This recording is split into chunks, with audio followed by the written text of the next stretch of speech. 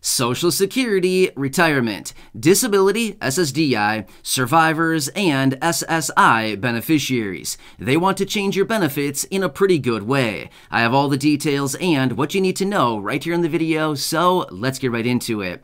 Alright, yet again, they are back at it and once again want to change the benefits for about 70 million beneficiaries of all those benefits I mentioned at the beginning of the video. However, this change would actually be somewhat welcomed and actually work in your favor to give you a higher benefit going forward. So I do want to talk you through all the details about this and let you know where we currently stand on this and what they are now discussing as of right now to change all of these benefits, like I said, in a pretty good way. Now, if you've been watching the videos here on the channel for any length of time now, you've heard about all of these different proposals, ideas, amendments, and all kinds of different things that they want to do to change these very important programs, like the Social Security 2100, the SSI Restoration Act, the Social Security Expansion Act, the Social Security for Futures Generations Act, and the list goes on and on and on with all of these different changes. However, this is something different. Yes, again, something else that they want to do to change these monthly benefits. So let's get into those details and I'll share with you what they are talking about and how this would actually be a pretty good thing for your monthly benefits. And by the way, no, we are not talking about any of those other proposals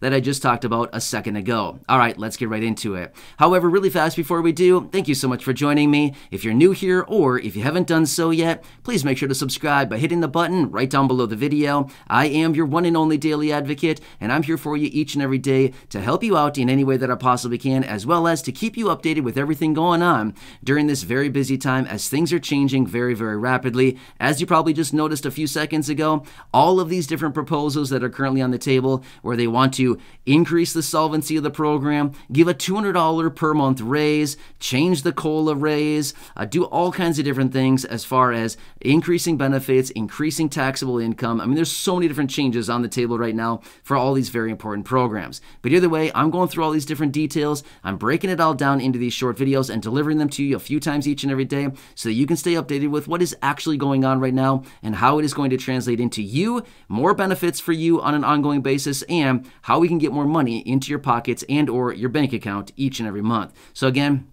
thanks so much for joining me. Please make sure to subscribe down below if you haven't done so yet. And let's get into it and discuss what they are now discussing to change these benefits yet again. All right, so it's kind of interesting to see this because as of recently here, we've seen so many proposals coming out to change these monthly benefits, which on one hand is actually pretty good, right? It's nice to know that some of these lawmakers, whether they're actually going to get their proposals or all of this work actually done, the fact of the matter is it's nice that they're actually talking about it and recognizing that these benefits are simply not enough anymore and that these benefits are simply not serving the millions of beneficiaries as they should be, right? Especially with everything going on right now, I think it is becoming increasingly obvious that fixed income benefits are a real struggle to be living on these days, maybe which is why we had Bernie Sanders, Elizabeth Warren, and a handful of other Democrats recently come out and introduce that $200 per month raise, which again, I'll keep you posted as I do get more details on that, but that is very encouraging and hopefully we can get some kind of action on that because that'd be pretty life-changing right now, right? An extra $200 a month would be incredible for a lot of people. But the fact of the matter is, it's nice to see these lawmakers coming out and finally recognizing something needs to be done because these benefits are not cutting it anymore, right? Well, let's talk about one other change that they want to implement. Now, this is a minor change, but at the end of the day, implementing this change now, which they should have done a long time ago, 25 years ago, they should have implemented this, and this would have actually raised your benefits by a pretty significant amount over long periods of time. Here's what it comes down to. They want to change the way, or they are considering changing the way that the annual cost of living adjustment is actually calculated. So as of right now, the annual COLA, or cost of living adjustment, is based on the CPIW, Consumer Price Index for urban wage earners and clerical workers. Well, as they continue to say, this calculation of the CPI, as in the inflation, is not a good reflection of those expenses that are actually incurred by fixed income beneficiaries, as in Social Security beneficiaries. So what they're trying to do now is change it from the CPIW to the CPIE, Consumer Price Index for the elderly, which better reflects those expenses for fixed income beneficiaries, otherwise known as Social Security beneficiaries. Now again, let me tell you the details about this, and this would also include, like I said, SSDI, survivors, retirement, SSI, and even VA beneficiaries. So, even though some of you who are maybe receiving disability benefits think, but wait, I'm not a senior, does this still apply to me? Well, let me tell you the details about this, because this would actually be a welcomed change, because it would actually increase benefits a little bit more each and every year. So right now, the CPIW generally runs about a few tenths of a percent less than the CPIE. Let me give you an example. So on any given year, let's just, again, this is just an example to kind of give you a perspective of what is actually going on with this calculation. So on any given year, let's just say that inflation and the CPIW is posting 1%, right? Well, the CPIE may be posting about 1.2%, so about 0.2% higher than the CPIW. Now again, you might be thinking, really? 0.2%? Should we really be happy about that? Well, 1 year or just 1 year, probably not, right? It's not going to do all that much.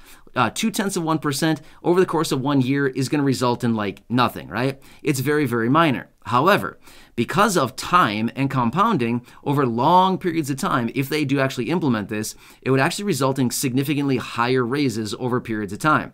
That's why I said a couple minutes ago, if they would have implemented this, say 20 years ago, 25 years ago, something like this, a long, long time ago, benefits would be looking very different today than where they currently are, because of that maybe 0.1% difference, 0.2% difference, maybe 0.5% difference, depending on inflation. The fact of the matter is, because of time and because of compounding, these things applied together resulted or would result in a significantly higher benefit over long periods of time.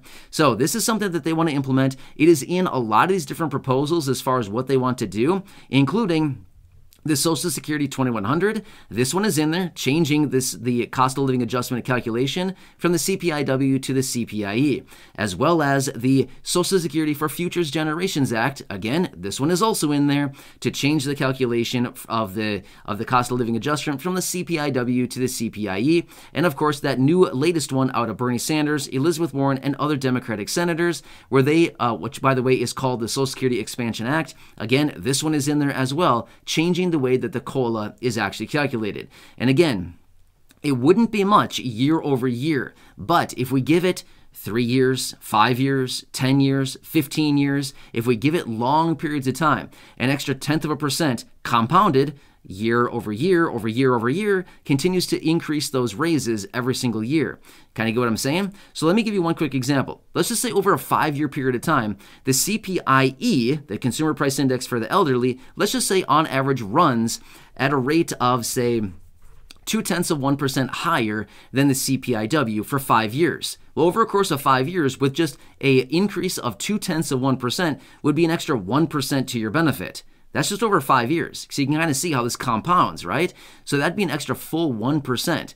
Well, as we've seen with some of the cost of living adjustments over here over the last several years, some of the years don't even give us a 1%. In 2021, it was 1.3%. This year in 2022, 5.9%. But even prior to 2021, we were seeing raises of sub 1%, 0.6%, 0.9%. I mean, pathetic raises, right? This is nowhere near what people need right now. But again, this is just what they calculate based on the inflation and what's actually going on. So anyway, I want to talk you through the details about this and what it would actually mean for your benefit going forward. Now, again, of course, for the vast majority of people out there who receive these fixed income benefits, your benefits are different. The vast majority of people do receive a different benefit. Well, obviously, because there's so many people that draw on benefits, there are some people that receive the exact same amount. But when it comes down to retirees, SSDI, survivors, of course, even SSI and VA, for the most part, the vast majority of beneficiaries are getting a different amount. Therefore, the calculations would be different for virtually everybody